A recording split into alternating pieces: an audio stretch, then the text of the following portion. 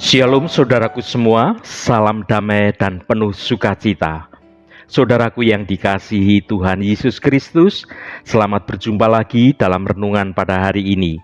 Saya berharap Anda semua ada dalam keadaan yang baik, penuh sukacita, dan terus rindu untuk mencari perkenanan Tuhan. Hari ini saya Cornelius Nugroho akan menyampaikan renungan dengan judul bercahaya di depan semua orang. Namun sebelum kita mendengarkan renungan firman Tuhan ini, mari kita berdoa terlebih dahulu. Bapa Surgawi, Bapa dalam nama Tuhan Yesus Kristus, kami bersyukur untuk berkat dan kemurahan-Mu. Hari ini kembali kami datang dalam hadirat-Mu karena kami membutuhkan firman-Mu. Senantiasa kami bersyukur atas semua penyertaan dan pertolongan Tuhan dalam hidup kami. Sungguh kami merasakan bahwa semua itu adalah karena anugerah Tuhan saja, dan kami mau memakai setiap kesempatan yang Tuhan berikan untuk melakukan perkara yang baik seturut kehendak Tuhan. Di dalam nama Tuhan Yesus Kristus, kami naikkan doa ini ke hadirat-Mu. Haleluya, amin. Saudaraku yang terkasih, Thomas Alva Edison menemukan tenaga listrik setelah mengadakan percobaan berulang-ulang. Konon ia melakukan percobaan lebih dari 1000 kali. Karena jasanya, kemudian manusia berubah sama sekali dalam gaya hidupnya. Desa-desa dan kota-kota dapat mengalami terang lampu listrik. Banyak pekerjaan manusia yang dapat diselesaikan hanya dengan memencet sebuah tombol listrik. Tetapi terang yang dihasilkan dari usaha dan kerja keras Edison ini tidak bisa menerangi sisi lain dari kegelapan hidup manusia, yaitu kegelapan karena dosa. Saudaraku, dosa memisahkan manusia dari Sang Pencipta. Bahkan manusia dibuang dari Taman Eden dan diganjar dengan maut. Akibatnya, manusia berjalan dalam kegelapan dan menyimpang dari tujuan Allah baginya. Segala usaha dilakukan untuk kembali kepada Tuhan, tetapi gagal karena seorang pun tidak ada yang memenuhi standar kesucian Tuhan. Tetapi rencana dan kasih Allah bagi manusia tidak berubah dari semula. Ia mengirim utusannya, yaitu para nabi, untuk menuntun umatnya kembali kepadanya. Sampai akhirnya Allah mengirim dan mengorbankan anaknya yang tunggal, mati di atas kayu salib untuk menebus dosa manusia. Dia adalah firman Allah yang menjadi daging. Dia ada sebelum dunia dijadikan. Dia adalah terang dunia yang hidup di antara manusia. Mari kita baca Yohanes pasal 1 ayat 5. Terang itu bercahaya di dalam kegelapan, dan kegelapan itu tidak menguasainya. Saudaraku, ayat ini singkat namun syarat makna, memberikan beberapa poin penting untuk kita renungkan. Yang pertama, kontras antara terang dan kegelapan.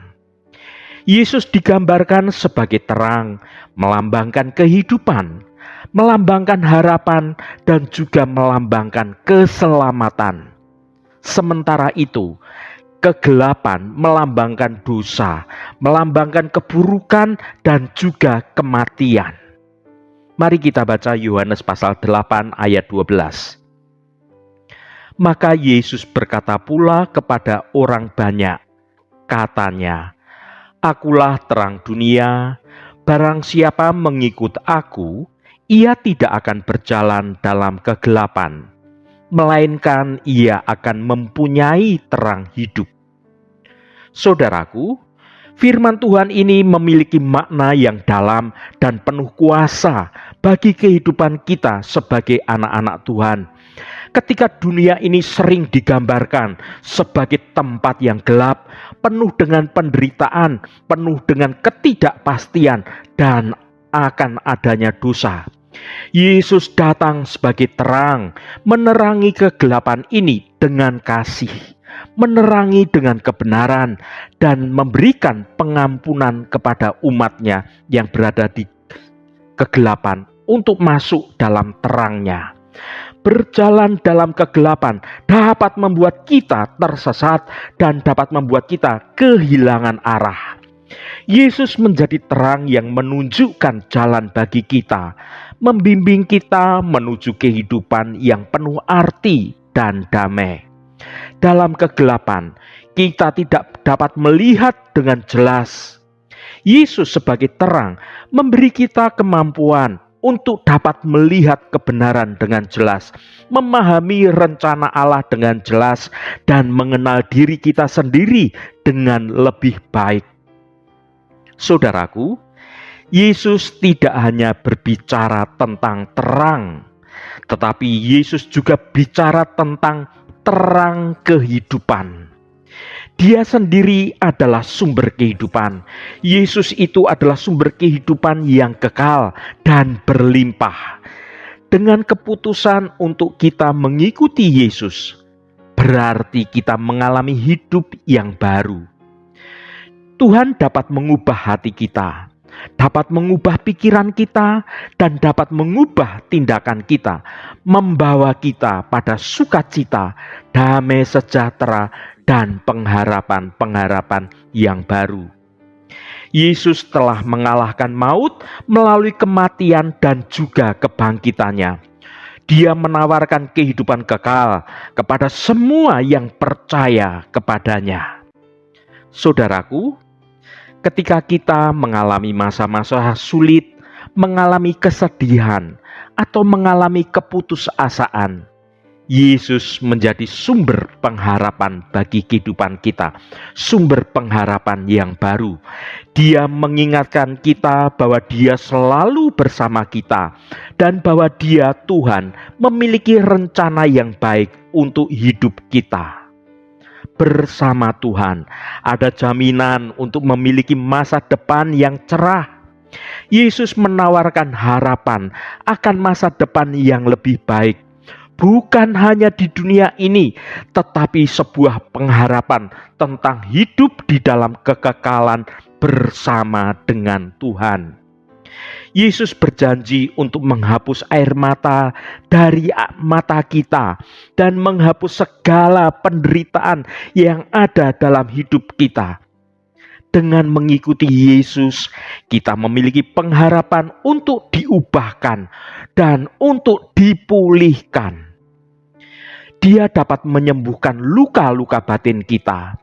Tuhan dapat memaafkan dosa-dosa kita dan membuat kita menjadi pribadi yang baru, bahkan menjadi pribadi yang jauh lebih baik. Saudaraku, Yesus datang ke dunia untuk menyelamatkan kita dari dosa dan juga dari hukumannya. Dia telah menanggung hukuman dosa kita di atas kayu salib, menawarkan pengampunan dan pembebasan kepada semua yang mau beriman kepada Tuhan Yesus. Dosa telah memutuskan hubungan kita dengan Allah. Yesus datang untuk membangun kembali hubungan itu, membawa kita kembali kepada kasih Allah Bapa, kasih yang penuh pengampunan. Sesungguhnya, keselamatan dalam Yesus itu bukan hanya untuk kehidupan di dunia ini, tetapi juga untuk kekekalan. Yesus menjanjikan kehidupan kekal bersama Dia di surga nanti. Yang kedua, kehadiran terang di dalam kegelapan. Yesus datang ke dunia yang penuh dosa dan dalam kegelapan ini. Dia membawa terang keselamatan dan menawarkan jalan keluar dari kegelapan. Mari kita baca Mazmur 27 ayat 1. Dari Daud, Tuhan adalah terangku dan keselamatanku. Kepada siapakah aku harus takut? Tuhan adalah benteng hidupku. Terhadap siapakah aku harus gemetar? Saudaraku, ayat ini menjadi dasar yang indah untuk merenungkan bagaimana Yesus membawa terang keselamatan dan menawarkan jalan keluar dari kegelapan. Kegelapan itu sesuatu hal yang sangat menakutkan bagi kita umat manusia. Tetapi Yesus membawa terang keselamatan bagi kita. Kita dibebaskan dari rasa takut akan kegelapan hidup ini. Melalui kematian dan kebangkitannya, Yesus telah mengalahkan kuasa dosa dan kuasa maut. Yesus menawarkan jalan keluar dari perbudakan dosa dan memberikan kekuatan untuk kita dapat menjalani hidup baru yang bebas. Yesus menawarkan pengampunan yang penuh atas dosa-dosa kita. Melalui pengampunan inilah kita mengalami pemulihan hubungan dengan Allah dan juga hubungan dengan sesama kita. Yesus itu memberikan damai sejahtera yang melampaui pengertian manusia. Sukacita ini tidak bergantung pada keadaan, tetapi sungguh bersumber dari hubungan kita dengan Dia. Hubungan kita yang dipulihkan melalui Yesus. Bahkan dalam situasi yang sulit pun, kita dapat mengalami ketenangan dan sukacita karena kehadiran Yesus dalam hidup kita. Yang ketiga, ketidakberdayaan kegelapan. Kegelapan tidak mampu mengalahkan terang yang berasal dari Tuhan. Yesus memiliki kuasa atas dosa dan kematian. Mari kita baca Yohanes pasal 1 ayat 4 dan 5. Dalam Dia ada hidup, dan hidup itu adalah terang manusia. Terang itu bercahaya di dalam kegelapan, dan kegelapan itu tidak menguasainya. Saudaraku, pernyataan kegelapan tidak mampu mengalahkan terang. Kegelapan tidak menguasainya. Itu adalah sebuah kebenaran fundamental dalam iman Kristen.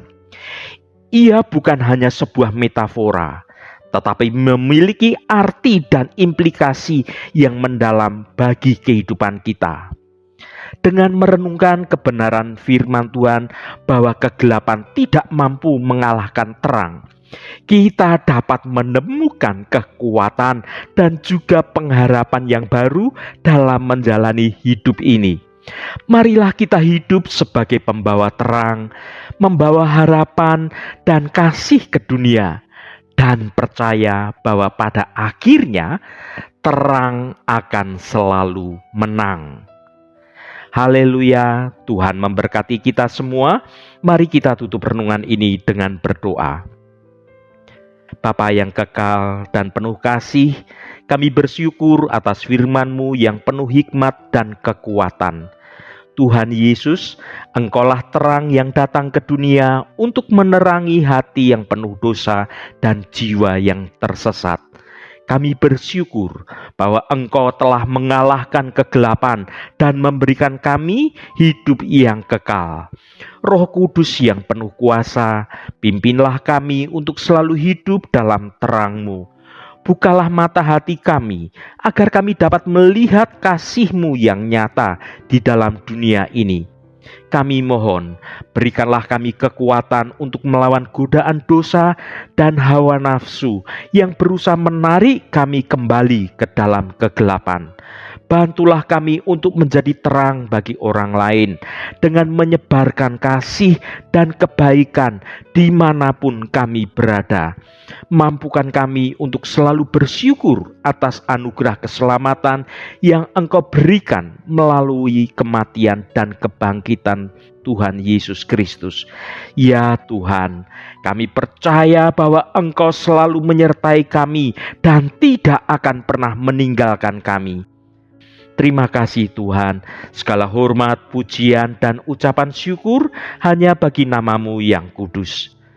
Saudaraku, bukalah hatimu dan tengadahkan tanganmu.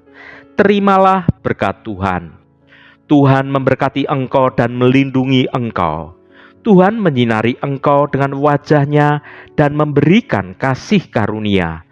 Tuhan menghadapkan wajah-Nya kepadamu dan memberikan damai sejahtera. Berkat anugerah dari Bapa Surgawi, cinta kasih karunia dari Tuhan Yesus Kristus, dalam persekutuan dan penghiburan Roh Kudus menyertai kita semua sekarang ini dan sampai selama-lamanya. Dalam berkat Tuhan Yesus Kristus, haleluya, amin. Puji Tuhan, saudaraku semua, saya percaya firman Tuhan hari ini sudah menjadi berkat yang akan menuntun hidup kita semua. Roh Kudus senantiasa menolongmu dan menuntunmu hidup dalam jalan kebenaran Tuhan. Saudaraku, saya sangat senang sekali jika Anda berkenan memberikan komentar pada konten video ini dan bagikan renungan ini pada saudara, teman, dan sahabat Anda agar mereka diberkati juga melalui renungan ini. Sampai bertemu kembali saudaraku, Shalom, Tuhan memberkati.